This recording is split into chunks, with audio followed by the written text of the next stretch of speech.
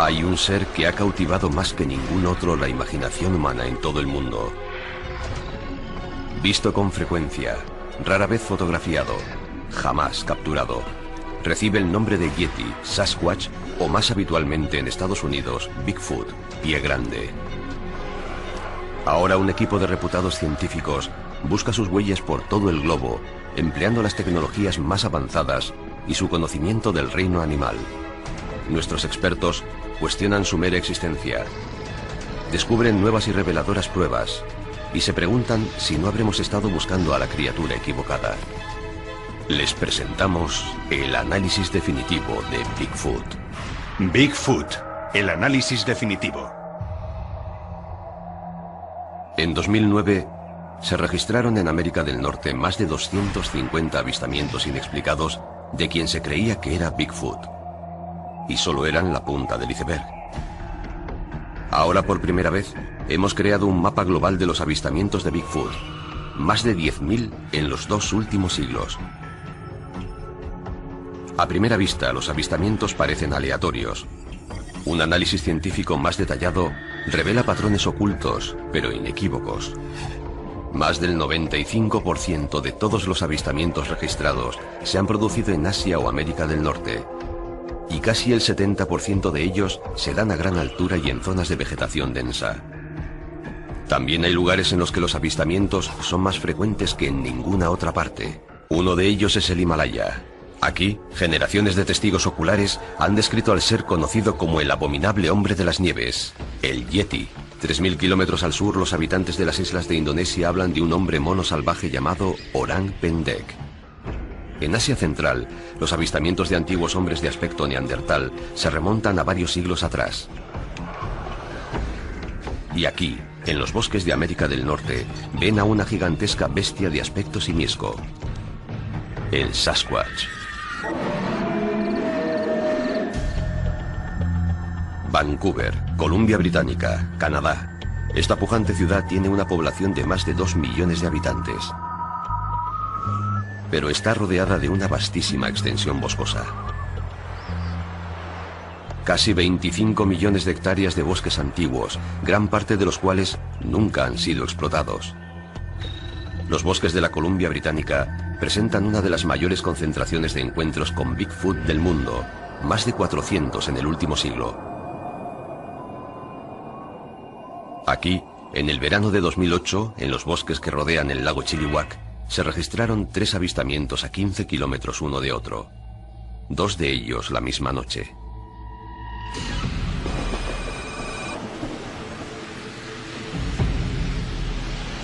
Este conductor circula solo por una remota carretera de tierra. Nunca ha creído en Bigfoot, pero está a punto de ver algo que desafiará profundamente lo que hasta ahora había considerado simples habladurías.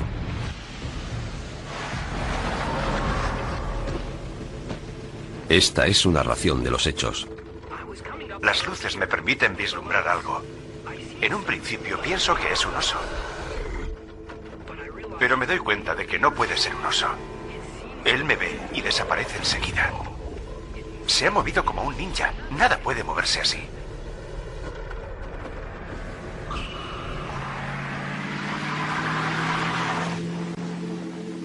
Al igual que cientos de testigos oculares más, este hombre prefiere guardar el anonimato por miedo a ser ridiculizado.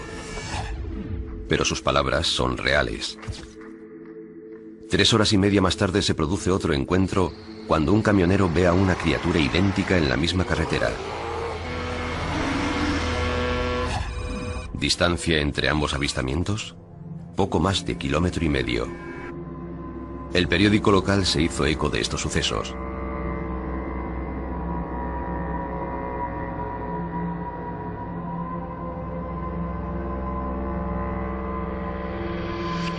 Ambos testigos estaban convencidos de que lo que vieron no era un oso.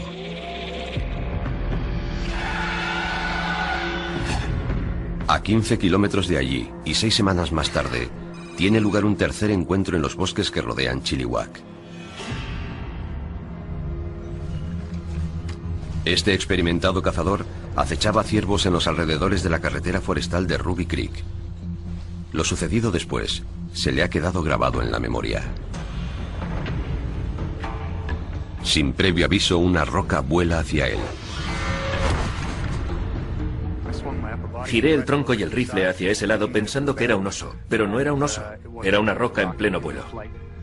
Mediría unos 60 centímetros. Y cuando estaba mirando hacia el lugar del que provenía, vi un destello negro que desapareció entre la vegetación.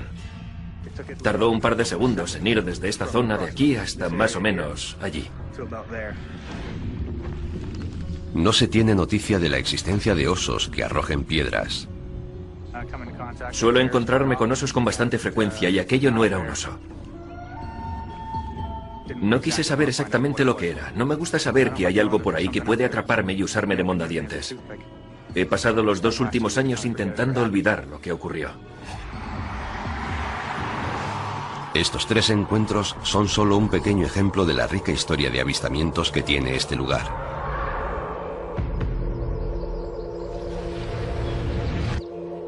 Las historias de hombres salvajes que lanzan rocas se remontan generaciones atrás en la región de Chilliwack. Julio de 1934. El indio norteamericano Tom Sidar ha salido a pescar truchas.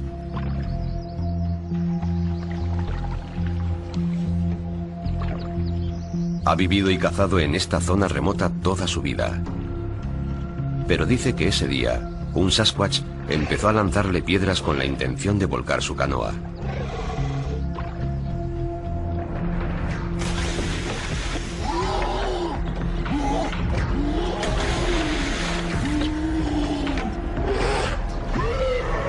Es uno más de una serie de ataques. Y la primera vez que las tribus locales comparten con extraños su largo historial de encuentros con el Sasquatch. Este Sasquatch pintado en roca en el norte de California está fechado en el año 500 después de Cristo. ¿Cómo podemos explicar cientos de encuentros que se extienden a lo largo de varios siglos? Está claro que hay algo, ¿pero qué? 5 de los más respetados científicos del mundo se reúnen en uno de los lugares con más avistamientos de Bigfoot para resolver este misterio global, los bosques de Canadá.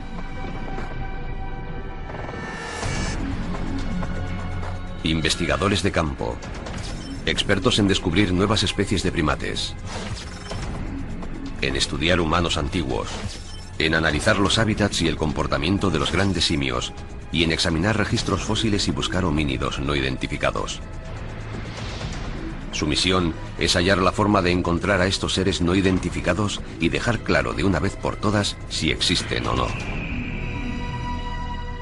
Esa es una de las preguntas más fascinantes de la exploración zoológica a las que se enfrenta la ciencia de la era moderna.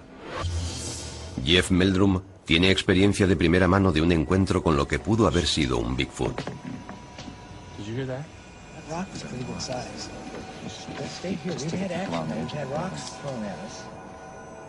En 2007, formó parte de un equipo que fue asediado en una remota cabaña canadiense por un ser no identificado que les lanzaba piedras.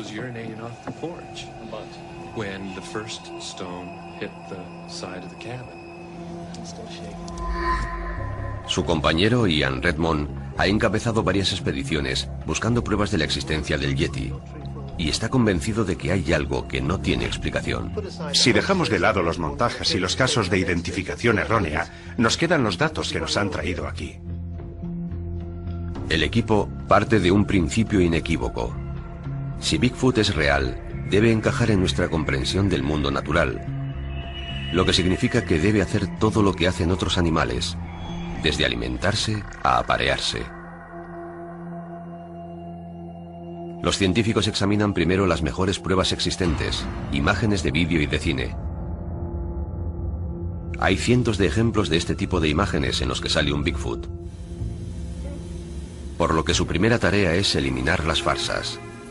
Este vídeo, grabado cerca de la ciudad canadiense de Banff, parece convincente, hasta que comprobamos que una criatura idéntica fue vista la noche anterior promocionando un negocio local.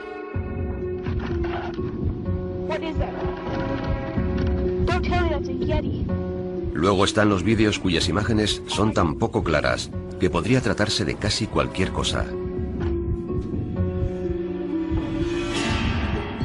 Una vez que eliminan los montajes más obvios y las imágenes que están tan borrosas o desenfocadas que imposibilitan cualquier identificación, queda muy poco. Lo cual no sorprende a los expertos. Los animales conocen perfectamente su hábitat. Nosotros somos intrusos en ese hábitat, así que escapar a la observación de los humanos no les resulta difícil. Este increíble vídeo, grabado en 2007, demuestra lo bien que pueden vivir los animales sin ser detectados por el hombre. Es casi la única prueba que tenemos de la existencia de una nueva especie de primate del tamaño de un hombre, los simios de Billy.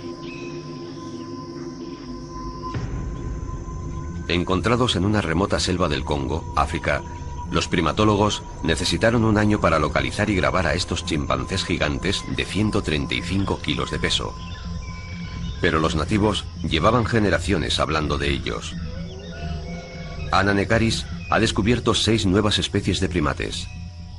Yo creo mucho en lo que dice la gente nativa. Y si ellos me dicen que hay algo, pienso que puede haberlo, aunque yo no lo haya visto. El equipo considera el descubrimiento de los simios de Billy como un indicador positivo para la existencia de Bigfoot. Si una nueva especie tan grande como esta ha conseguido vivir oculta a los ojos de la ciencia durante tanto tiempo, ¿no podrían existir otras especies de seres simiescos?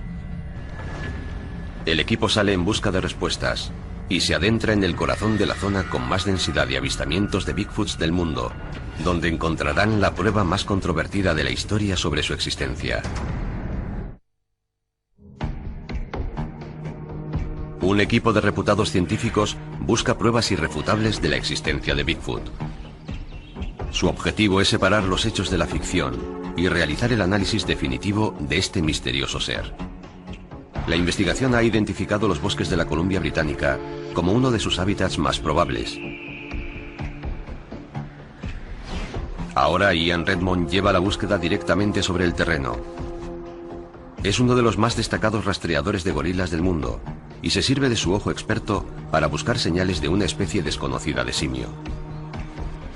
Redmond está en la isla de Vancouver, un lugar en el que los avistamientos de Sasquatch son tan comunes que ha llegado a ser conocida como Isla de los Simios. Lo primero que descubre es una estructura misteriosa. Una de las varias encontradas en distintas partes de la isla. Es un ejemplo de lo que se conoce frecuentemente como una estructura de palos Sasquatch. Es fascinante. Esto lo hizo alguien. No es un accidente. No son unos árboles caídos. Si miramos alrededor, vemos árboles caídos, pero no encontraremos nada como esta estructura de palos que se mantiene en pie. Todos los grandes simios han construido nidos en los que dormir. En ocasiones se entretejían tallos de bambú que tienen más o menos este grosor y que por consiguiente es imposible que los rompa un hombre. Con ellos forman una plataforma para dormir por encima del suelo. Pero no parece que nadie haya utilizado esto para dormir. Es una estructura interesante. Pero si no es un nido, ¿qué podría ser? Esto es interesante porque esto lo rompieron antes de que se cayera.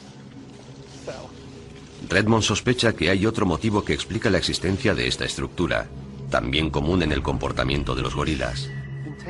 Una posible interpretación podría ser que su intención era decirle a otros Sasquatch que aquí hay un macho poderoso. Si su intención es prevenir a los humanos para que no entren en territorio Sasquatch, no creo que funcione, porque lo único que hace es azuzar nuestra curiosidad. Aunque las estructuras de palos no suponen una prueba concluyente, el mapa global indica que en esta zona los avistamientos se remontan a más de un siglo. Uno de los puntos calientes de la isla de Vancouver es la zona que rodea la pequeña ciudad de Duncan, donde los avistamientos continúan hasta hoy. Fue a 8 kilómetros de aquí, en 2005, cuando un vecino tuvo lo que él describe como un encuentro con un ser simiesco de gran tamaño. Corey Combs es un motociclista de motocross que creció en los bosques del centro de la isla. Una tarde de junio salió en su moto y se encontró cara a cara con lo que él cree que era un Sasquatch. Monté el campamento y encendí un fuego. Ya se me había hecho algo tarde, y aunque oía el movimiento de los arbustos y el crujir de las ramas al ser pisadas, no le di importancia. Pero los ruidos se acercaban cada vez más y yo tenía la sensación de que algo me estaba observando. Tenía la linterna encendida, pero las pilas estaban a punto de agotarse y recuerdo que vi brillar la luz en su cara justo antes de quedarme sin pilas. Fue en ese momento cuando supe exactamente qué era lo que me estaba observando. Era un Sasquatch.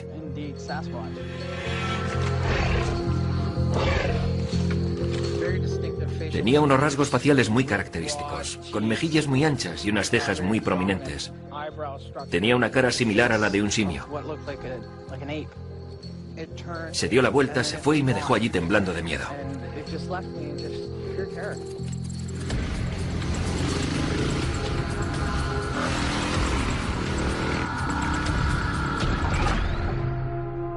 En junio de 2006 se produjo otro supuesto encuentro con un Sasquatch a menos de 30 kilómetros al oeste de Duncan.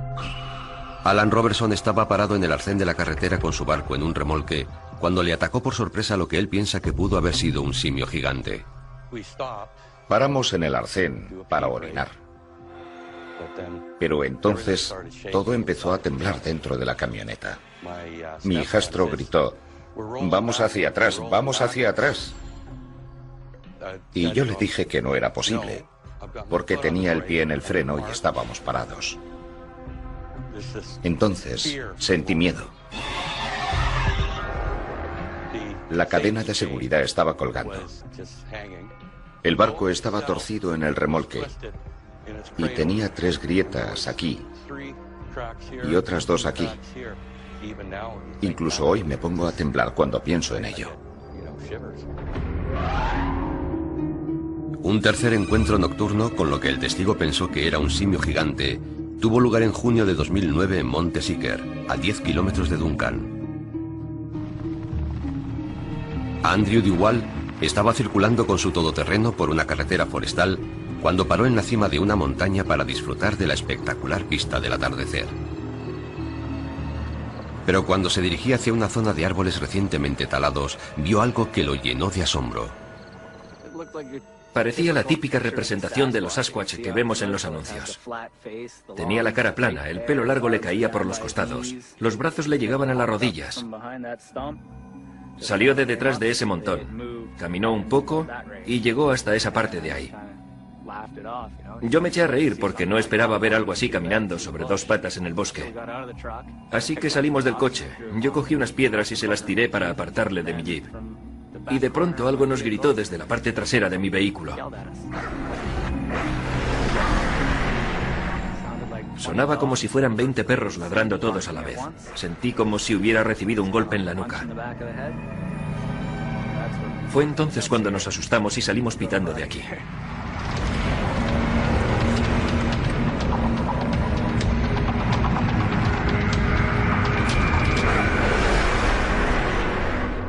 Decir que el Sasquatch aullaba como una jauría de perros puede parecer exagerado, pero los gorilas también ladran.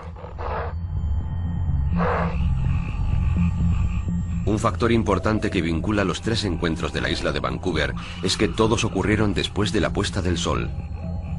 Si los simios no tienen visión nocturna, ¿cómo puede estar Bigfoot activo de noche?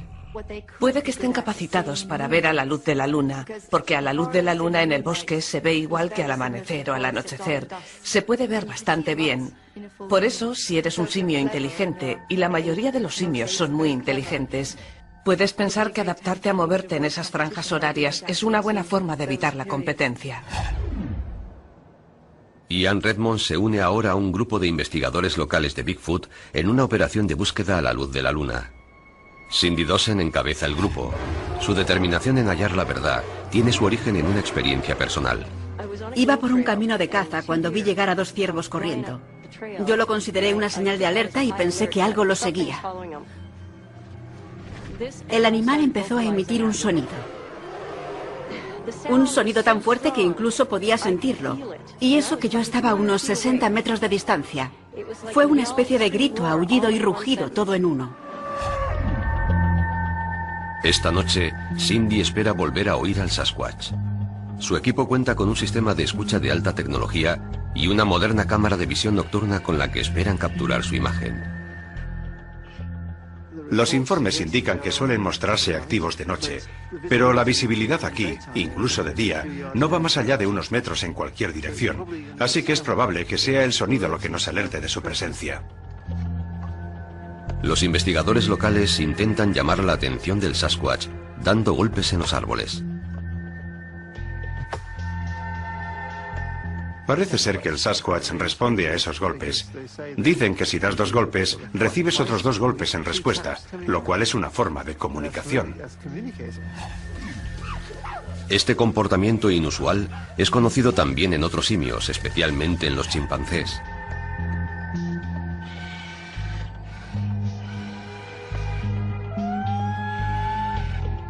Mientras aguardan la respuesta, los investigadores intentan otra táctica con la que esperan recibir una respuesta de lo que ellos piensan que es un Sasquatch, una llamada larga que consideran que imita la llamada realizada por la hembra de la especie. Increíblemente y contra todo pronóstico, una débil respuesta.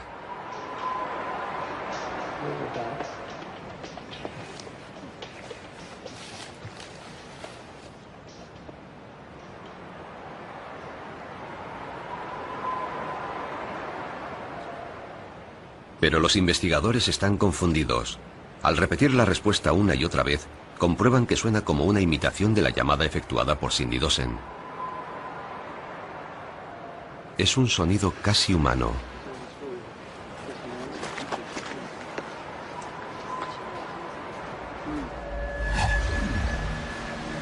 A la mañana siguiente, Ian Redmond explora el lugar en busca de posibles huellas o señales dejadas por un gran simio.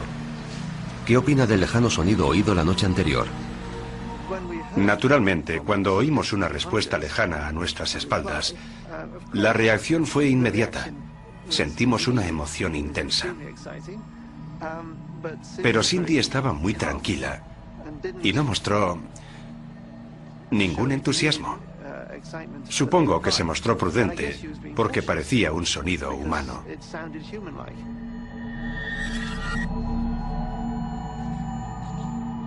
Mientras siguen con su investigación, Jeff Meldrum intenta una nueva técnica con la que espera descubrir una prueba sólida. Se ha unido al investigador del Bigfoot y especialista en hábitats, John Mionczynski. Están decididos a intentar encontrar al Sasquatch con un nuevo método nunca utilizado hasta ahora: perros rastreadores. Estos perros rastreadores son utilizados habitualmente en misiones de búsqueda y rescate, pero también en misiones de recuperación de los restos de montañeros o cazadores muertos. En teoría, si estos perros pueden ser adiestrados para localizar restos humanos, también deberían poder adiestrarse para encontrar los restos del Sasquatch. La parte más compleja del adiestramiento es encontrar algo que pueda proporcionarles a los perros el olor del Sasquatch. Obtuvimos nuestra primera muestra hace 20 años en una cordillera montañosa del estado de Washington. La otra muestra es mucho más reciente, tiene unos 2 meses, procede de las montañas rocosas y también está relacionada con unas huellas. Las posibilidades son remotas, porque los expertos no están seguros de que las muestras sean genuinas, ni de que conserven el olor suficiente para adiestrar a los perros en su búsqueda. Los 2 perros olfatean por turnos e intentan captar el olor de alguna de las muestras. El primer perro no detecta nada.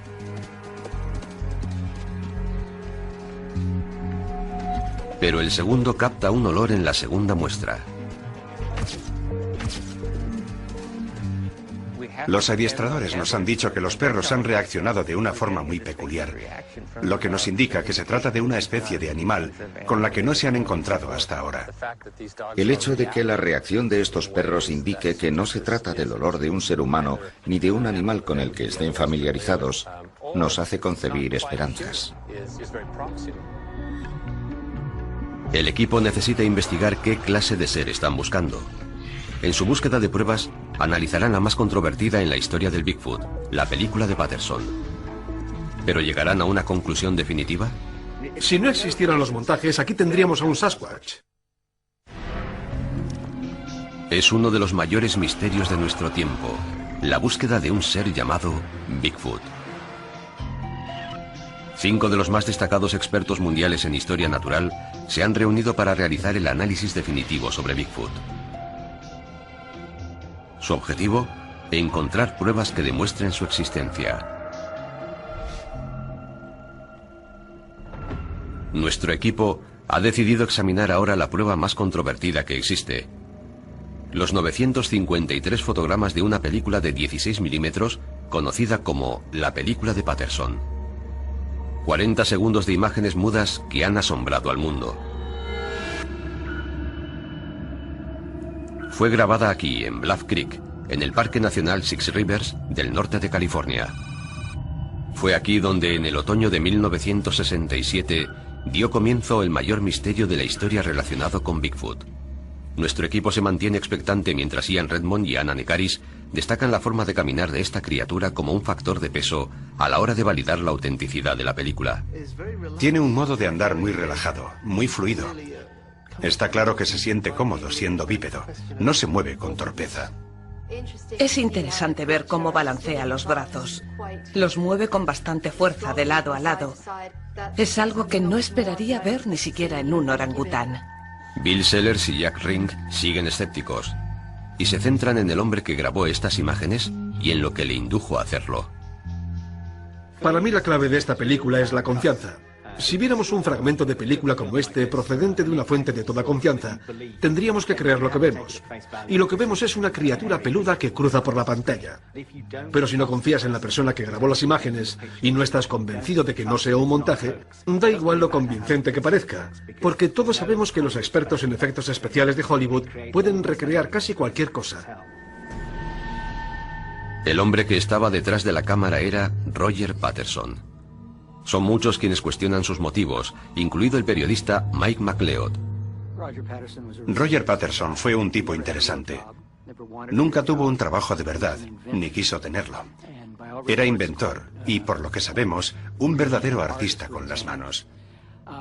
Y siempre pensó que conseguiría dar el golpe con uno de sus inventos. Muchos creen que el Bigfoot de Bluff Creek fue uno de los inventos de Patterson. Él pensaba que era posible que pudiera existir un ser así, y que encontrarlo sería un logro extraordinario, el invento que llevaba tanto tiempo persiguiendo. Se adentró a caballo en las montañas y habló con gente de la zona. Empezó publicando un libro en 1966. Su libro contenía el boceto de un ser asombrosamente parecido al que acabaría grabando poco más de un año después. ¿Pudo este haber sido el prototipo? Pero Roger Patterson no se conformó con escribir un libro.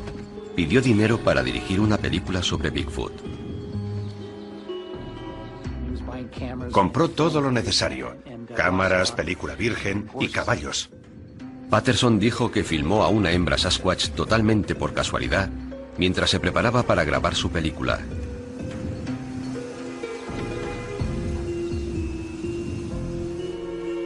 Suena demasiado bonito para ser verdad.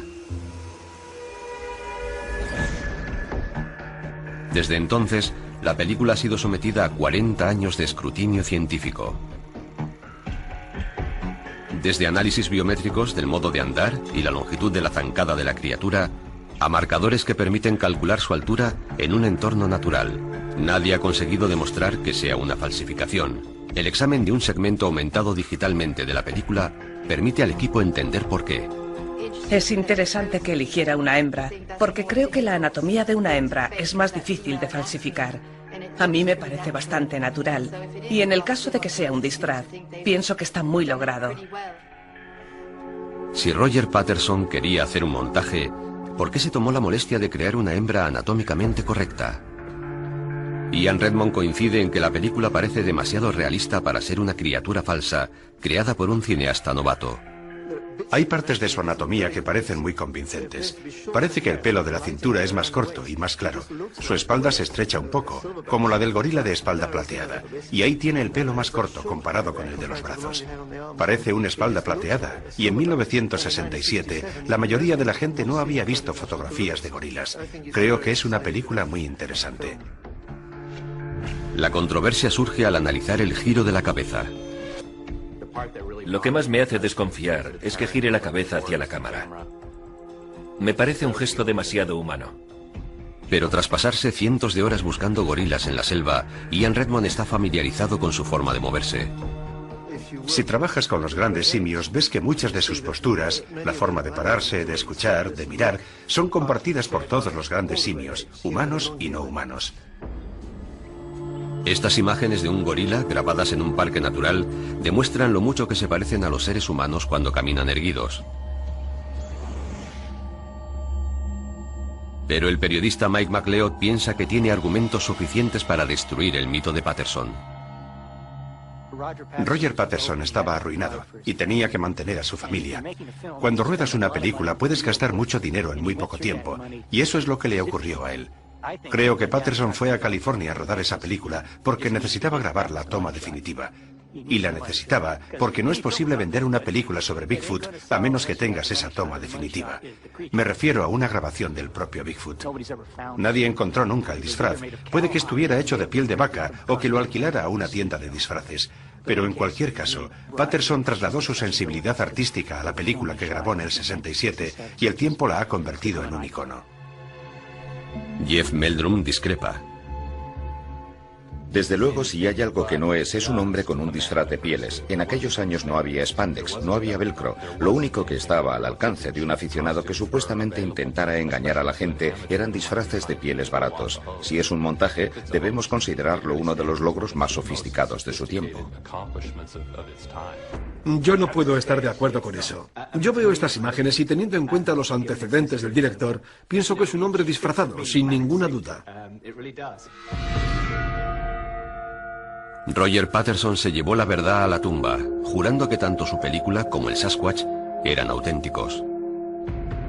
No debería extrañarnos que Roger Patterson creyera en la existencia de un ser como ese y que decidiera rodar una película falsa. Lo interesante aquí es que esa es su visión del aspecto que tendría esa criatura. El equipo sigue discrepando. 2 creen que pudo ser un Sasquatch. 2 no. Y 1 está indeciso. Pero montaje o no, y tal y como revela nuestro mapa global, hay un hecho que no admite discusión. En los años posteriores a la película de Roger Patterson, empezaron a verse muchos Bigfoots en lugares como Ohio, Pensilvania, Maryland, Texas y Montana, que apenas tenían una historia previa de avistamientos. En apenas 10 años se han producido más avistamientos que en los 150 anteriores, y la tendencia continúa. ¿De verdad han visto todos esos testigos un Bigfoot? Según mi experiencia, los montajes han sido muy pocos y muy espaciados. El reto ahora es discriminar los casos de identificación errónea y los excesos de imaginación de los investigadores demasiado entusiastas para quienes cada bulto o cada sonido percibidos en la noche del bosque son prueba de actividad Sasquatch. Ocurre igual que con el monstruo del lago Ness. Todo el mundo que ve un bulto en el agua espera que sea el monstruo. El equipo decide investigar este aumento masivo de avistamientos. Uno de los lugares con mayor aumento de avistamientos de seres tipo Bigfoot es Florida.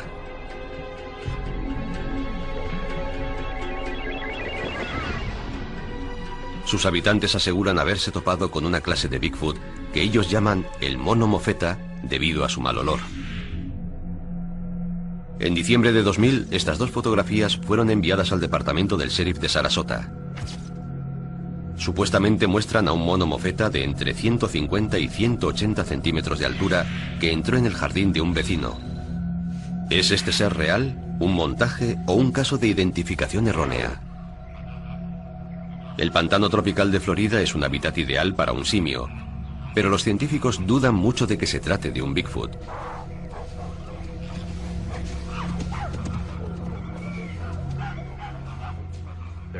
Se ha puesto en libertad una enorme variedad de mascotas, especialmente en el sur de Florida. Sabemos que los primates pueden sobrevivir en estos hábitats. La capacidad de adaptación de los chimpancés es muy buena y en Florida abunda la comida para ellos. Tener chimpancés y orangutanes como mascotas se puso de moda en los años 70, justo cuando aumentaron los avistamientos de monos mofeta. Es habitual que alguien compre una cría de primate y lo conserve hasta que se hace un poco mayor y más fuerte. Muchas veces suelen comprarlos ilegalmente y los tienen sin permiso.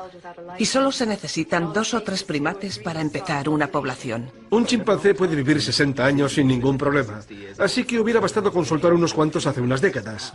Entonces se hubiera producido un avistamiento y eso hubiera mantenido vivo el rumor de la existencia de un mono mofeta durante mucho tiempo.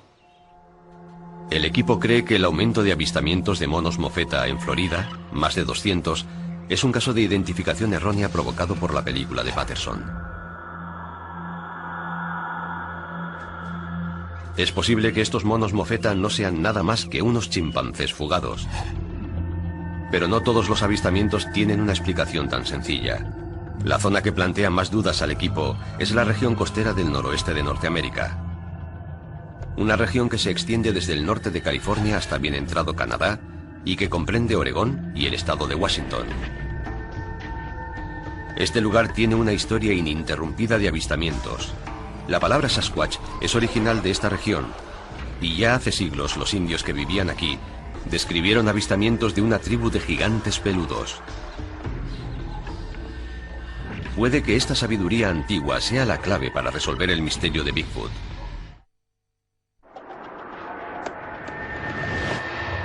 Un equipo de científicos busca la prueba definitiva de la existencia de Bigfoot. Está comprobado que la famosa película de Roger Patterson de 1967 provocó un gran aumento del número de avistamientos. Pero no todos los avistamientos tienen el mismo valor. El mapa global del equipo muestra que en la zona costera del noroeste de América del Norte se produjeron cientos de avistamientos mucho antes de que se conociera la película de Patterson, lo que los hace potencialmente más fiables que los producidos en otros lugares en años posteriores. Una zona clave son los alrededores de la ciudad de Chilliwack, en la Columbia Británica. Aquí se produjo un gran número de avistamientos en los años 30 y 40 del siglo pasado.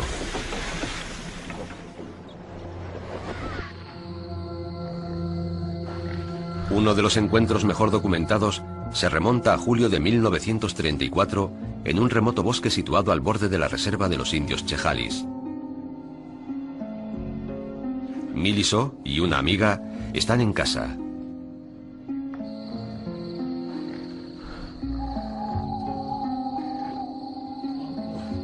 Esta noche se enfrentarán a una criatura que ellas pensaban que no era más que una leyenda local.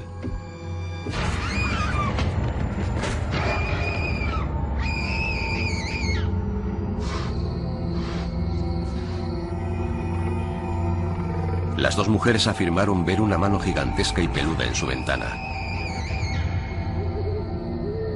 Y declararon que una criatura monstruosa asedió su casa toda la noche. Es un relato sin fisuras de unos testigos dignos de toda confianza. Y no es el único.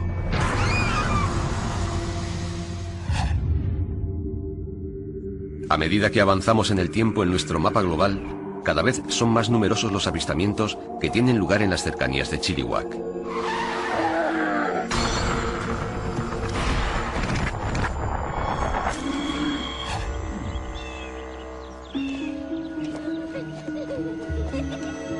Septiembre de 1941. Estos son Jenny Chapman y sus hijos. Una familia respetable, conocida y querida en su comunidad. Es una tarde como muchas otras. Los niños juegan mientras Jenny cuelga la colada. Su marido Jack está trabajando en el ferrocarril. Están solos. Su casa, situada a kilómetros del pueblo más cercano, está al borde de un denso bosque. Y algo se oculta en él.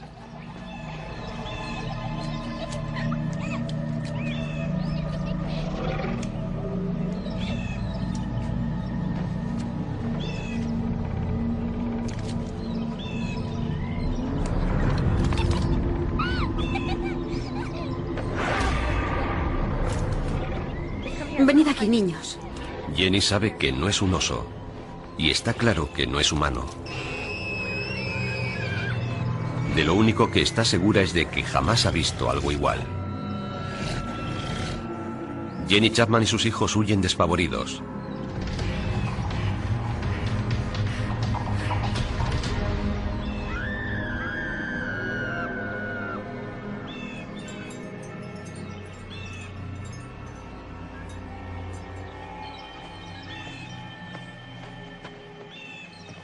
Jack Chapman llega a su casa al atardecer.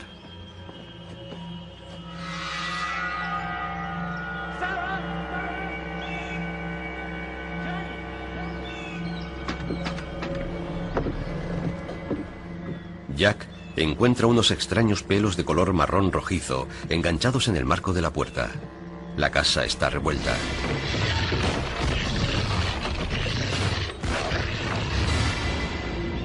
Alguien ha levantado y destrozado un barril de pescado de 135 kilos de peso y ha robado su contenido.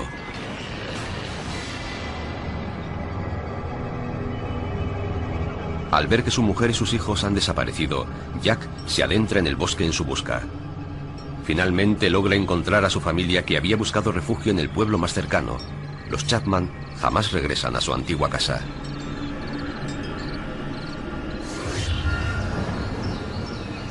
En caso de que existiera esta criatura, el equipo coincide en que esta región del noroeste de América del Norte podría ser uno de los pocos lugares del mundo con bosques y recursos suficientes para mantener a un gran simio omnívoro del tamaño de Bigfoot. Pero hay una serie de preguntas cruciales que es preciso responder. Una de las cosas que habría que dilucidar es qué comen, especialmente durante el invierno, cuando la comida escasea.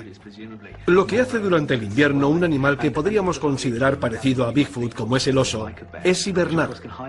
Pero los grandes primates no pueden hibernar, lo que significa que necesitan comida. Sí, es cierto. Pero una cosa que debemos tener en cuenta es que durante el invierno la costa boscosa de la Columbia Británica tiene muy poca acumulación de nieve. Y hay miles de kilómetros de costa junto a ese corredor interior que llega al suroeste de Alaska, que constituyen un hábitat muy rico con comida abundante durante todo el año.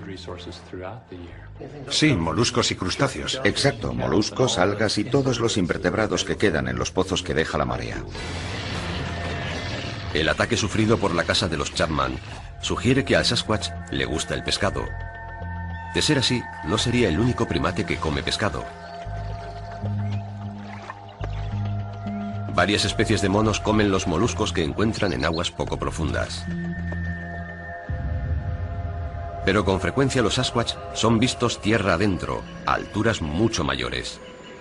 Sobrevivir aquí exigiría que el Sasquatch estuviera preparado para digerir alimentos de difícil digestión, como juncias, hojas e incluso corteza, lo cual requeriría tener un estómago especialmente adaptado.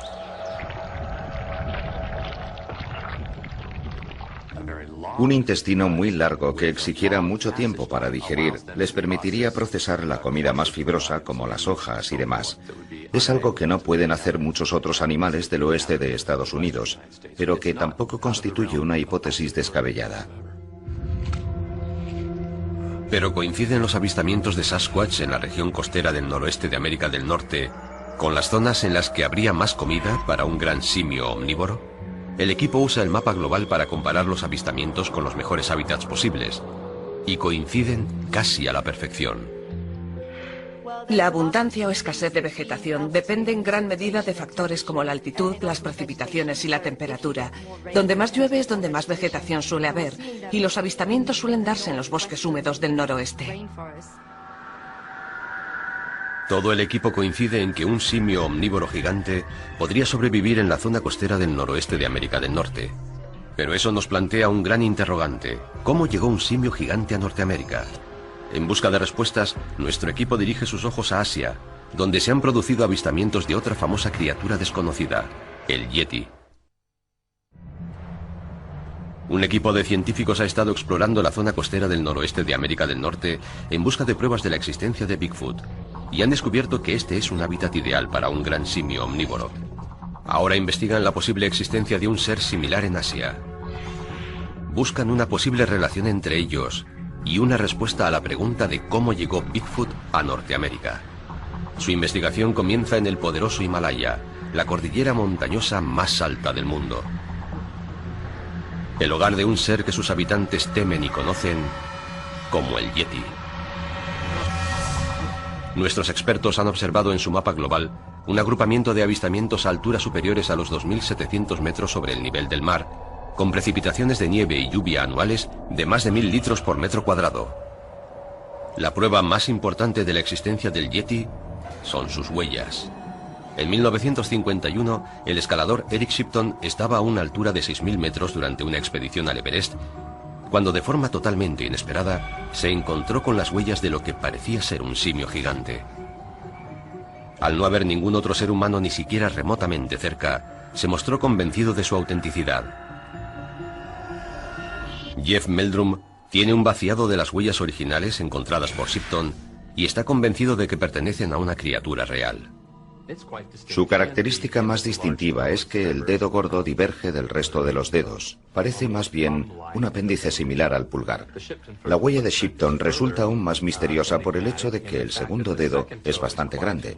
Esto podría ser una característica natural o podría tratarse de una patología, pero no podemos saberlo porque únicamente se ha documentado una sola huella. Parece muy improbable que alguien pudiera añadirle una lesión a una huella falsa. Y aún más inverosímil que alguien pudiera falsificar unas huellas en la nieve a 6.000 metros de altura en el Himalaya. El problema es que este no parece el hábitat más adecuado para un simio gigante. Los primates son básicamente animales tropicales, y las regiones frías, supuestamente habitadas por el yeti, difieren mucho de las zonas en las que viviría un primate moderno.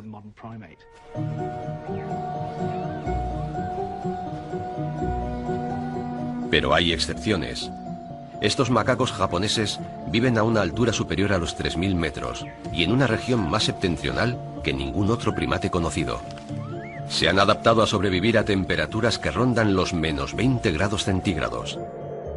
¿Podría el yeti haberse adaptado a vivir en el mismo entorno? Hay otros primates que se han adaptado a vivir a gran altura y tienen un hábitat muy amplio. No creo que los yetis vivan en la nieve. Su hábitat son los bosques donde encuentran su comida. Cuando visité Nepal me impresionó la cantidad de plantas comestibles que había, similares a las que comen los gorilas de las montañas. Tanto la comida de la que podría alimentarse el yeti como sus huellas indican que podría tratarse de una criatura estrechamente emparentada con un gorila de las montañas gigante. Pero quienes viven aquí afirman haberlos visto despedazar yaks y cabras con sus garras. Algo que parece imposible, puesto que los simios carecen de ellas. Ian Redmond ofrece una explicación sencilla a este dilema basándose en su experiencia. Yo me encontré los restos de una cabra salvaje que había sido devorada por un depredador y cerca de allí vi las huellas de un felino. Y supongo que cualquier homínido inteligente que se encontrara un animal cazado por otro depredador se aprovecharía inmediatamente de su hallazgo. Más que dedicarse a matar yaks y cabras, el yeti sería un carroñero. El equipo carece de más pruebas. Los monjes tibetanos y nepalíes consideran los pelos y los huesos de los yetis como reliquias sagradas. Se ha analizado el ADN de algunas muestras, pero hasta ahora casi todas han sido identificadas como pertenecientes a otros animales conocidos. Claro que el yeti no es la única criatura gigante desconocida que vive en esta aislada parte del mundo. A menos de 500 kilómetros del Everest, en las junglas montañosas de las colinas Garo al norte de la India, hay una larga historia de avistamientos de una criatura casi idéntica que allí recibe el nombre de Mandeburung.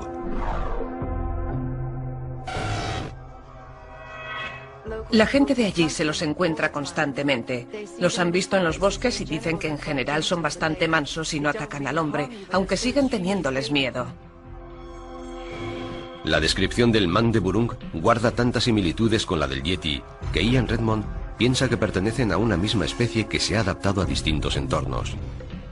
Yo lo considero el yeti de las tierras bajas. Habita en las calurosas y húmedas selvas tropicales del norte de la India.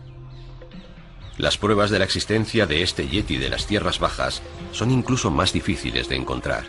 Hay que tener mucha suerte para obtener alguna prueba, porque cuando alguien va a investigar el hallazgo de un cuerpo, se encuentra con que los pobladores de la zona se lo han llevado todo. Para ellos, la pieza más pequeña de ese ser constituye una especie de reliquia. Nunca ves un cuerpo entero, encuentras un cuero cabelludo o el hueso de un dedo. De hecho, un guarda forestal encontró el hueso de un dedo y se lo entregó a sus superiores para que lo sometieran a la prueba del ADN. Pero estos pensaron que la gente se burlaría de su departamento si lo analizaban y el hueso desapareció. Este miedo al ridículo, que sin duda existe, es lo que hace que quien encuentra alguna posible prueba de esta criatura no comunique su hallazgo por miedo a ser objeto de burla. A 1600 kilómetros al este, en China, nos encontramos con la que podría ser una tercera variedad del Yeti, una criatura que los chinos llaman el Yeren. En los bosques montañosos de China central hay un agrupamiento de 200 avistamientos. Pero estos han sido recogidos solo en las últimas décadas. La leyenda de los encuentros con el Yeren o el hombre salvaje se remontan al año 200 a.C. Yeren, Yeti y Mandeburung, tres criaturas casi idénticas del tipo Bigfoot, las tres vistas a unos cientos de kilómetros unas de otras. La teoría es que las tres podrían estar relacionadas y compartir el mismo antepasado, un simio gigante que vivió en Asia en el pasado. Curiosamente, a apenas unos cientos de kilómetros al sur de estos tres agrupamientos de avistamientos, se han encontrado pruebas fósiles de un simio prehistórico gigante. Recibe el nombre de Gigantopithecus y durante siglos sus dientes se utilizaron como ingredientes en la medicina china. El Gigantopithecus fue descubierto gracias a los molares que se vendían en las tiendas de medicina tradicional china como si fueran dientes de dragón. Y creo que posteriormente se encontró un trozo de mandíbula. Si unes todo eso, llegas a la conclusión de que podría tratarse de un gran simio similar al gorila. Jack Rink, uno de nuestros expertos, especialista en datación de fósiles, ha utilizado muestras de huesos como estos para descubrir cuándo vivió el Gigantopithecus. Por lo que sabemos, la última vez que vivió el Gigantopithecus fue hace unos 300.000 años en el sureste de China. Esa es la última ubicación geográfica y temporal del Gigantopithecus en base a los registros fósiles encontrados. Esto significa que el Gigantopithecus estaba aún vivo en tiempos de nuestros ancestros de la Edad de Piedra. Es casi imposible que el hombre y el Gigantopithecus no se encontraran. Por lo que estoy firmemente convencido de que tuvo que producirse algún tipo de interacción entre estos dos primates. La mayor parte del equipo cree que en caso de existir, el Yeti y otros simios gigantes de Asia serían descendientes del Gigantopithecus. ¿Pero lo sería también el Sasquatch? Hoy, Asia y América del Norte están separadas por el Océano Pacífico. Pero en muchas ocasiones durante el último millón de años se formó un puente de tierra temporal entre Siberia y Alaska debido a cambios en los niveles del mar. Es posible que un simio gigante emigrara por esta precaria meseta de tierra hasta América del Norte. Pero hay otra criatura que pudo haber emprendido este viaje.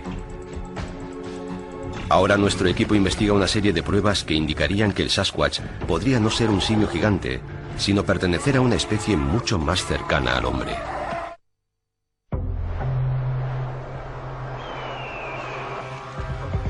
Una tarde de verano de 2007, Robert Wilson circula por una zona de bosques muy densos de la isla de Vancouver. Él no lo sabe, pero este lugar tiene una larga historia de avistamientos de Bigfoot. De repente ve algo totalmente inesperado. Acababa de cruzar el puente de Morin Creek cuando vi algo entre los árboles que parecía ser un oso. Reduje la velocidad y vi algo que solo puedo describir como un hombre peludo de gran tamaño. Una especie de cavernícola, por decirlo así, con rasgos similares a los del hombre de Neandertal. Era tan grande como un oso, pero no era un oso.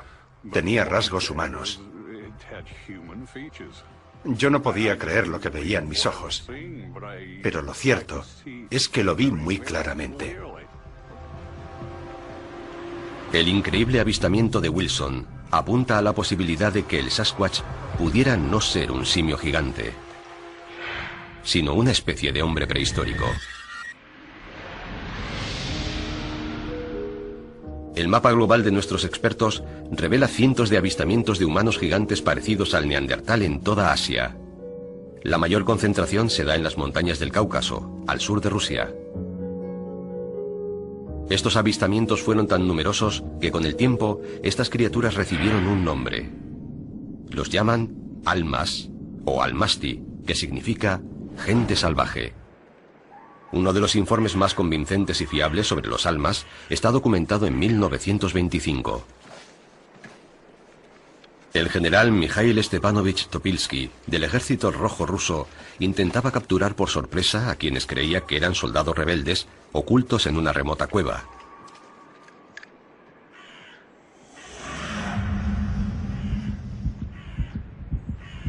Los rusos oían que algo se movía dentro de la cueva.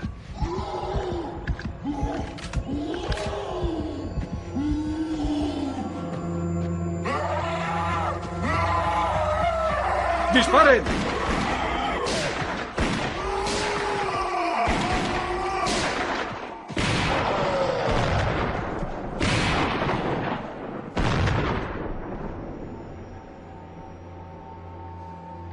Horrorizados, el general y sus hombres descubrieron que habían abatido a tiros no a un enemigo moderno, sino a una especie de humano prehistórico. La criatura muerta yace con los ojos abiertos y los dientes al descubierto. En general, su pelo es muy grueso, sin subpelo. Las rodillas están totalmente desprovistas de pelo y presentan callosidades. El color del rostro es oscuro, la nariz chata y con el puente hundido.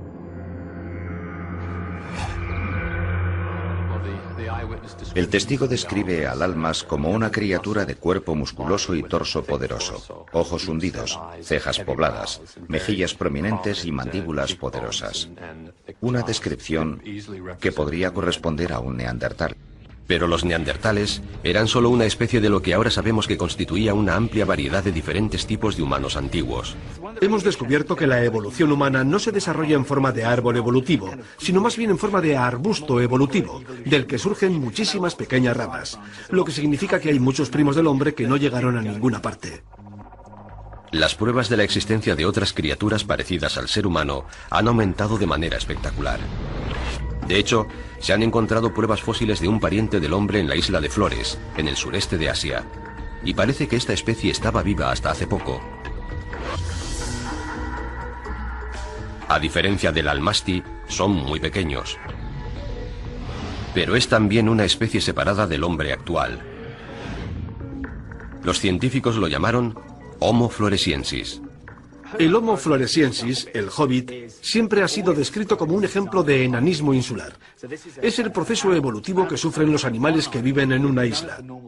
Al carecer de los competidores que tendrían normalmente, no tienen necesidad de crecer más, nadie se los va a comer, y se quedan pequeños para adaptarse a la limitación de recursos.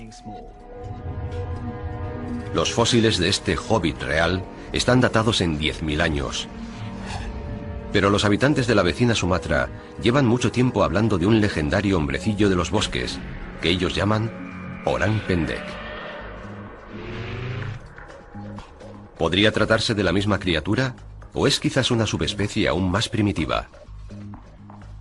Anna Nekaris ha trabajado mucho en el sureste de Asia, donde ha descubierto nuevas especies de primates.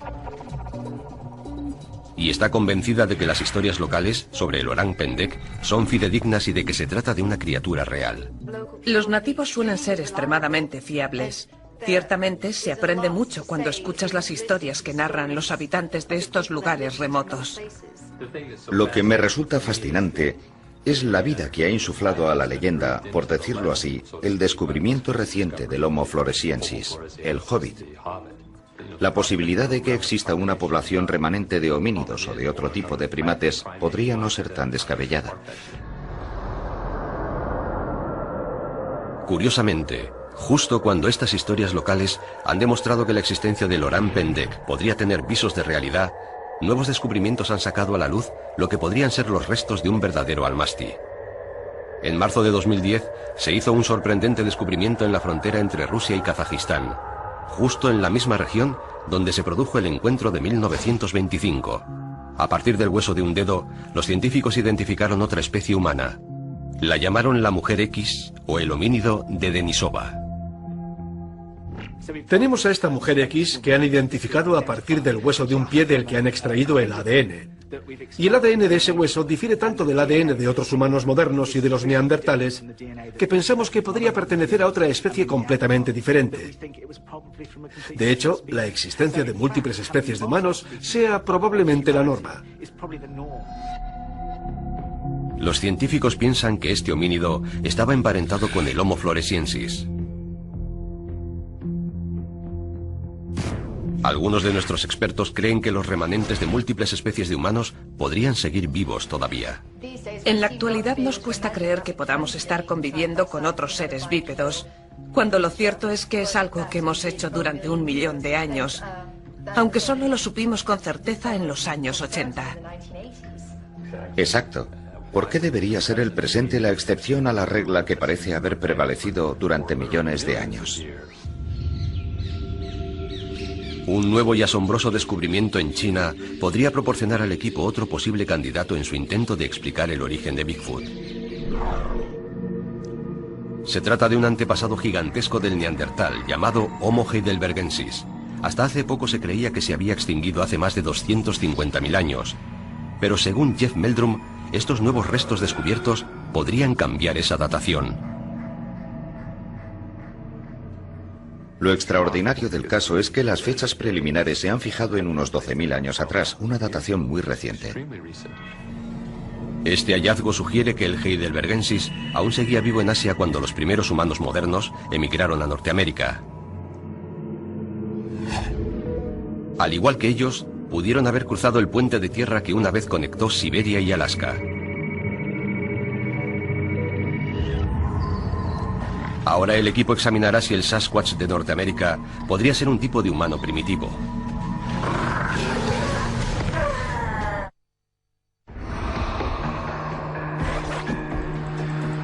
En su búsqueda de pruebas definitivas de Bigfoot, un equipo de científicos está examinando la posibilidad de que pudiera ser un tipo de humano primitivo. Han estado investigando a un potencial sospechoso llamado Homo heidelbergensis, un ancestro gigantesco de los neandertales que podría haber llegado a Norteamérica desde Asia. Ahora se disponen a analizar uno de los primeros registros escritos de un encuentro con Bigfoot. ¿Podría ser la misma criatura?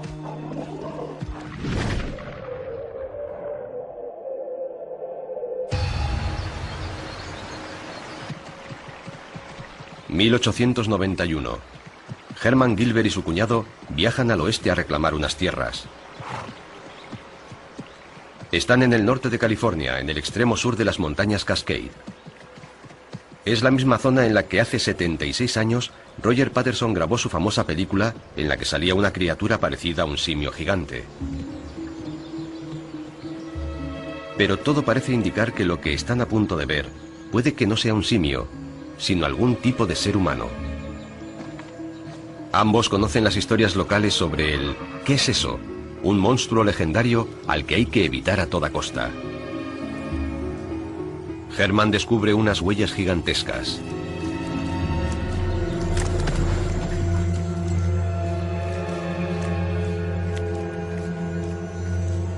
El lugar está sembrado de huesos y vísceras, y el hedor es nauseabundo.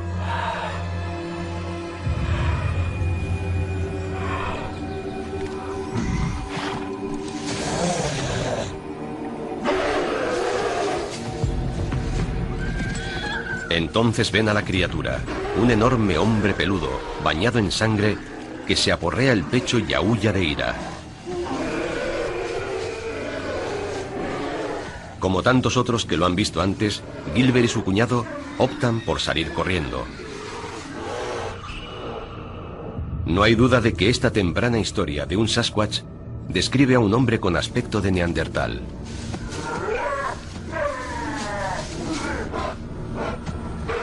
Un posible candidato a ser Bigfoot es un antepasado del neandertal llamado Homo heidelbergensis. El heidelbergensis era el humano antiguo más grande que se conoce.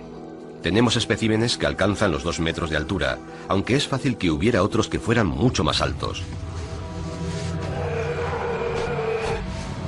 Pero Jeff Meldrum piensa que el comportamiento del Sasquatch es demasiado salvaje para ser considerado el de un ser humano. En el caso del Homo heidelbergensis, dado su grado de sofisticación e inteligencia y su evolución cultural, parece improbable que hubiera abandonado todos sus atributos de humanidad para adoptar un estilo de vida salvaje en el bosque. Pero otros expertos discrepan y sostienen que el motivo por el que no podemos encontrar a estos seres es porque son humanos primitivos que mantienen algunas de sus características humanas. Puede que sigan practicando rituales humanos, como el de enterrar a sus muertos. Puede que los entierren en tumbas sin marcar.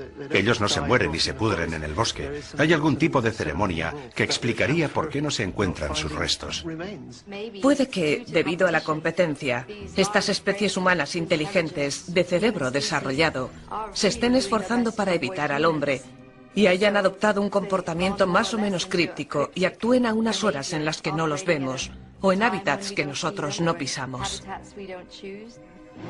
Pero a veces nuestros mundos se cruzan, como descubrieron los Chapman cuando saquearon su casa en 1941. El Homo heidelbergensis podía fácilmente levantar y destrozar un barril de pescado de 135 kilos.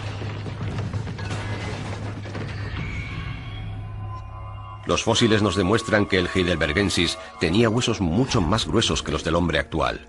Los huesos pesan mucho, lo que significa que si tienes huesos gruesos, necesitarás tener músculos bastante grandes para moverlos.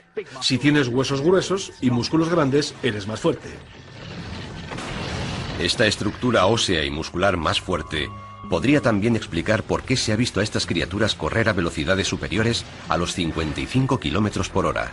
La clave de la velocidad es la potencia. Un velocista necesita un motor más grande, una gran masa muscular. Puede que estuvieran hechos para la velocidad. Los velocistas más rápidos de hoy tienen una altura media de 1,90 y corren a 43 kilómetros por hora. Un heidelbergensis superfuerte de 1,95 no tendría problemas en ser más rápido. Y eso no es todo. Las historias de indios norteamericanos describen a los Sasquatch como hombres peludos lanzadores de rocas, lo cual encaja con la descripción del Homo heidelbergensis. Las tribus de la zona costera del noroeste de Norteamérica también hablan de la atracción que siente el Sasquatch por las mujeres humanas. Estas historias tienen cientos de años de antigüedad, pero incluso hoy en día protegen a sus mujeres cuando creen que Bigfoot merodea por el lugar. Cuando gente no perteneciente a su tribu visita esos lugares, escoltan a las mujeres hasta sus vehículos para asegurarse de que abandonan la reserva sin problemas. A mí, personalmente, me han escoltado al salir de una reserva porque creían que había un Bigfoot en la zona. Cindy Dossen es una mujer que dice saber lo que es ser perseguida por un Sasquatch. En abril de 2008 estaba en los bosques que rodean la montaña Maple, en la isla de Vancouver, cuando una criatura gigante no identificada la persiguió.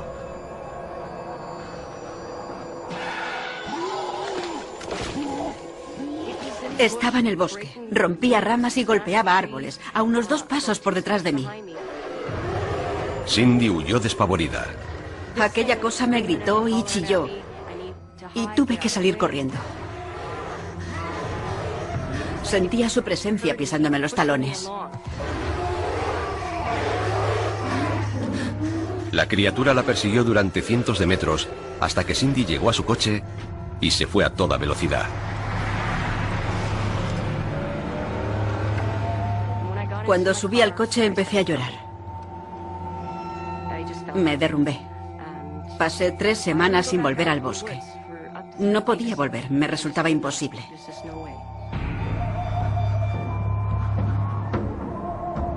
¿Fue este un encuentro cercano con un Sasquatch macho que buscaba pareja?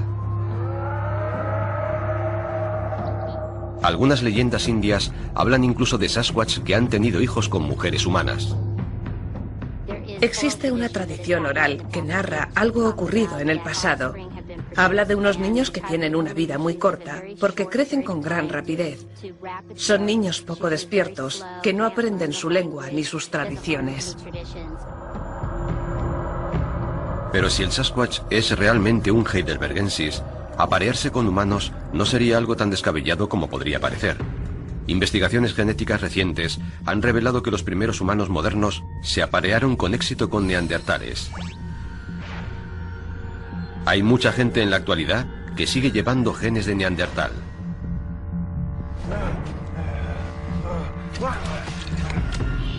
Nuestro equipo ha analizado una serie de pruebas que apoyan la idea de que el Sasquatch podría ser un humano primitivo. Altura, fuerza, velocidad e incluso atracción sexual. Todos estos factores cobrarían sentido si el Sasquatch fuera algún tipo de heidelbergensis de gran tamaño. Pero el profesor Jack Rink está a punto de plantear una teoría radicalmente nueva, jamás expuesta hasta ahora, que sugiere que Bigfoot no es una especie antigua, sino un ser humano moderno que se ha transformado en una criatura salvaje.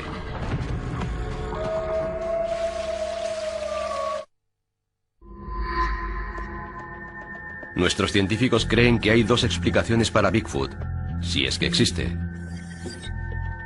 La primera es que se trata de un simio gigante, descendiente de una criatura prehistórica llamada Gigantopithecus. Según la segunda hipótesis, Bigfoot sería una especie sin identificar de un antiguo homínido, posiblemente el Homo heidelbergensis. Pero ahora el equipo explora una tercera posibilidad, una nueva teoría que se centra en la zona costera del noroeste de Norteamérica.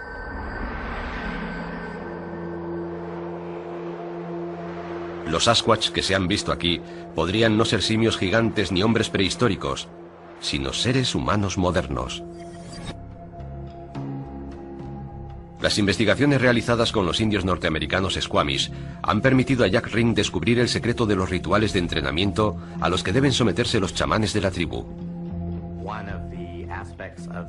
La tradición oral de la nación Squamish narra cómo la gente se vuelve literalmente salvaje tras someterse a un proceso chamánico que les exige abandonar la tribu y vivir en soledad periodos de más de 10 años, durante los cuales se alimentan de comida silvestre y permanecen aislados de sus congéneres. Lo que significa que, aparentemente, aún existe gente salvaje. Las pistas que ayudaron a revelar esta innovadora teoría las descubrió en la escarpada costa de la Columbia Británica uno de los principales expertos en la nación Squamish, el profesor Rudy Reimer. Reimer buscaba herramientas de piedra utilizadas por sus antepasados cuando se asentaron en este lugar hace más de 10.000 años.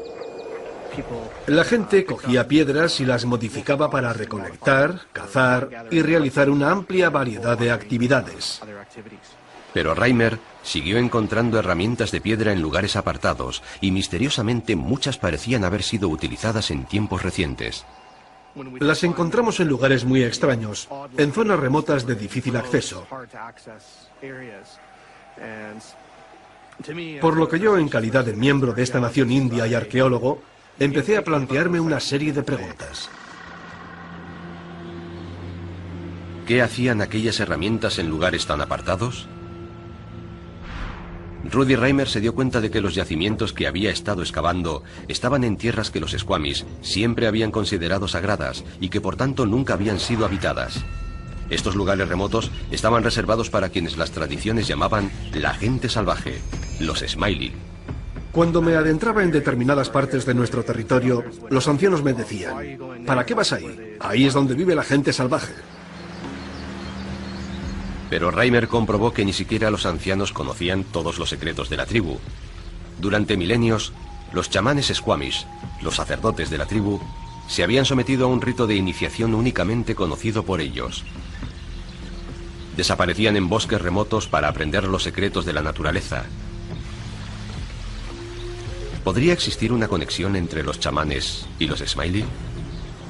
El hallazgo de herramientas de piedra en esos lugares remotos parecía demostrarlo. Cuando vivían allí era muy habitual para esas personas utilizar herramientas de piedra. Y por eso hemos encontrado restos de esas herramientas en lugares muy remotos. Lugares a los que iban para someterse a esa especie de entrenamiento espiritual y físico. Pero ¿cómo puede confundirse un chamán con un Sasquatch? Los jóvenes que se sometían al entrenamiento chamánico debían vivir totalmente aislados del resto del mundo. Tenían prohibido entrar en contacto con la gente. Vivían aislados, incluso de su propia tribu. Su entrenamiento podía durar años, un proceso que gradualmente les transformaba en hombres salvajes, totalmente irreconocibles. Después de algunos años, tenían un aspecto muy distinto a quienes se habían quedado en la tribu. Llevaban mucho tiempo solos y habían interactuado con plantas y animales.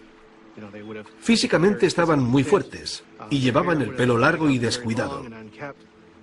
Pero también tenían un comportamiento distinto y podían ser confundidos con lo que nosotros llamamos un simio o con una criatura extraña que habitara en el bosque. Algunas tradiciones hablan incluso de que estos jóvenes salvajes se cubrían el cuerpo con musgo y líquenes para abrigarse. Naturalmente, si alguien lleva una capa de líquen negro, parecerá que está cubierto de pelo. Pero lo que debemos preguntarnos es si hacen eso porque querer parecerse a un Sasquatch forma parte de su ritual. Es fácil ver cómo nació la leyenda de los hombres peludos salvajes. Mi perspectiva ofrece una explicación cultural para lo que llamamos Sasquatch, o para lo que en la nación Squamish llamamos Smiley, la gente salvaje. Explicar al Sasquatch como un caso de identificación errónea solo sería posible si el entrenamiento chamánico estuviera vigente hoy en día en los bosques de la Columbia Británica. Y aunque resulte increíble, parece ser que es así. Se sigue haciendo hoy en día. Son personas que se integran en su entorno natural y que se someten a varios tipos de entrenamiento. Son personas que traen mensajes importantes de su entorno natural. Y no son solo los Squamish. Tribus de todo el noroeste de Norteamérica mantienen tradiciones similares que impulsan a algunos de sus miembros a elegir una vida salvaje. ¿Podrían más de 400 testigos, a lo largo de más de 100 años, haber visto a unos chamanes Squamish? ¿Pueden unos ritos de iniciación chamánica explicar los avistamientos producidos en otras partes? La pregunta es si esta teoría podría explicar todos los avistamientos de Sasquatch producidos en Norteamérica. ¿Podría ser esta la respuesta al misterio de Bigfoot? Para que eso fuera posible, ese concepto de vuelta a la vida salvaje debería estar vigente en muchas tribus. Dudo de que la esencia de lo que Bigfoot representa para tantas culturas de Norteamérica pueda resumirse en una explicación tan simple. Ha llegado la hora de que nuestro equipo evalúe las pruebas y revele sus hallazgos. El equipo que investiga el misterio mundial de Bigfoot se dispone a presentar sus conclusiones. Han reducido su abanico de posibilidades a 3 sospechosos potenciales que podrían ser Bigfoot, si es que existe.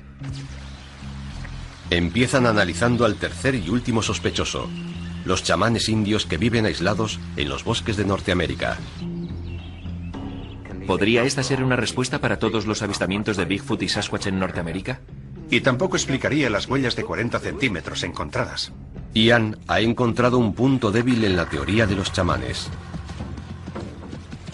Esta criatura se llama Bigfoot, pie grande por algo. Ningún ser humano podría dejar huellas como estas. El estudio de las enormes huellas dejadas supuestamente por los Sasquatch es la especialidad de Jed Meldrum. Tras analizar cientos de ellas, ha descubierto que la distribución de tamaños sigue un patrón idéntico a la de una especie animal real. Es exactamente el tipo de información que esperaríamos obtener si estuviéramos estudiando a una población humana. Pero la existencia de montajes hace incierta cualquier conclusión definitiva extraída únicamente de las huellas. Lo que necesitamos es un espécimen vivo, o en su defecto, la mejor alternativa posible, sus huesos. Si tuviéramos un cráneo, no necesitaríamos más, porque posees toda la información que podrías desear, incluso cuentas con dientes, que son importantes porque difieren mucho entre las distintas especies de mamíferos. Tampoco contamos con pruebas fósiles, algo que no sorprende a algunos de los expertos. Prácticamente no sabemos nada de la historia fósil de los gorilas porque viven en los bosques, y en los bosques los fósiles no se forman bien. Hay una lucha por los nutrientes. En cuanto muere un animal, sus restos se descomponen y todos los nutrientes vuelven a los árboles o a otros animales, por lo que no quedan fósiles. Pero si el Sasquatch es un simio gigante, hay otra prueba que los científicos deberían poder encontrar. Si se alimentan de toda esa materia vegetal, tienen que producir muchos desechos. Puede que los entierren, que su tradición sea cavar un hueco, defecar en él y cubrirlo, y que por eso no hayamos encontrado nunca sus excrementos. Lo único que tienen los científicos son pruebas inquietantes. Muestras de pelo que no pertenecen a ninguna especie conocida, llamadas grabadas en la noche, y la más importante de todas, miles de informes de testigos oculares en todo el mundo.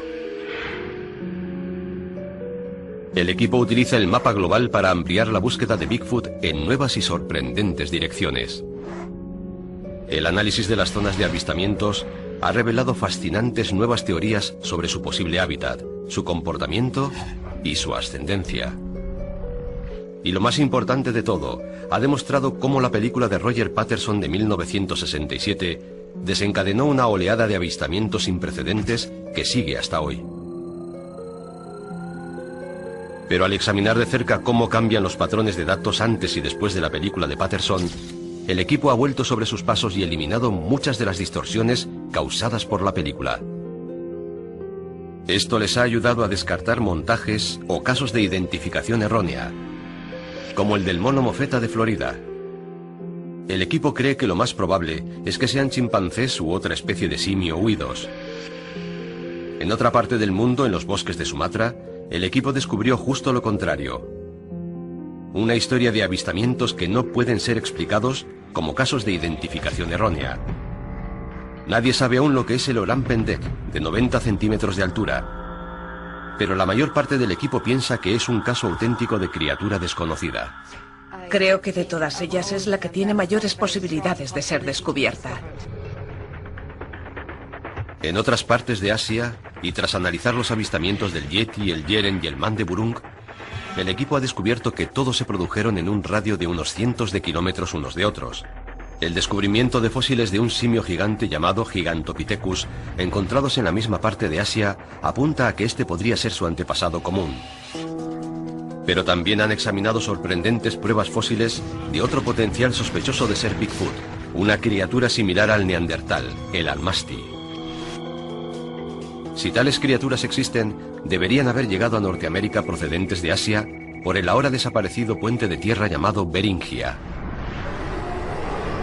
Y la pregunta final que deben responder nuestros expertos es si de verdad lo hicieron. Bill Sellers cree que no. Este es un caso clarísimo de falta de pruebas sólidas. No hemos encontrado ningún cráneo ni ningún hueso, y debemos admitir que deberíamos haberlos encontrado. Pero Jeff Meldrum se muestra optimista. Como en el caso de la recientemente descubierta Mujer X, un solo hueso podría cambiar radicalmente nuestra percepción de Bigfoot. Un solo diente podría marcar la diferencia. De pronto, la comunidad científica internacional mostraría mucho más interés por el enigma del Sasquatch. Jack Rink sigue abierto a la posibilidad de que existan en el mundo simios gigantes y desconocidos. No estoy completamente convencido de que se trate de un fenómeno de identificación errónea. Creo que hay pruebas suficientes que indican que podría haber algunos primates desconocidos. Anna e Ian creen que los avistamientos son lo bastante numerosos como para justificar una investigación más exhaustiva. No entiendo por qué no hay gente investigando sobre el terreno y viviendo en zonas remotas con el equipo adecuado para grabar sonidos y capturar imágenes de estas criaturas con cámaras trampa. ¿Pero qué criatura esperan encontrar? Ciertamente hay una gran discrepancia de opinión respecto a la naturaleza del Sasquatch. Hay quienes, como yo mismo, piensan que su naturaleza está mucho más cercana a la de un simio. Pero otros mantienen que es algún tipo de ser humano. Si fuera ese el caso, tendríamos que redefinir qué comprende la etiqueta de humano.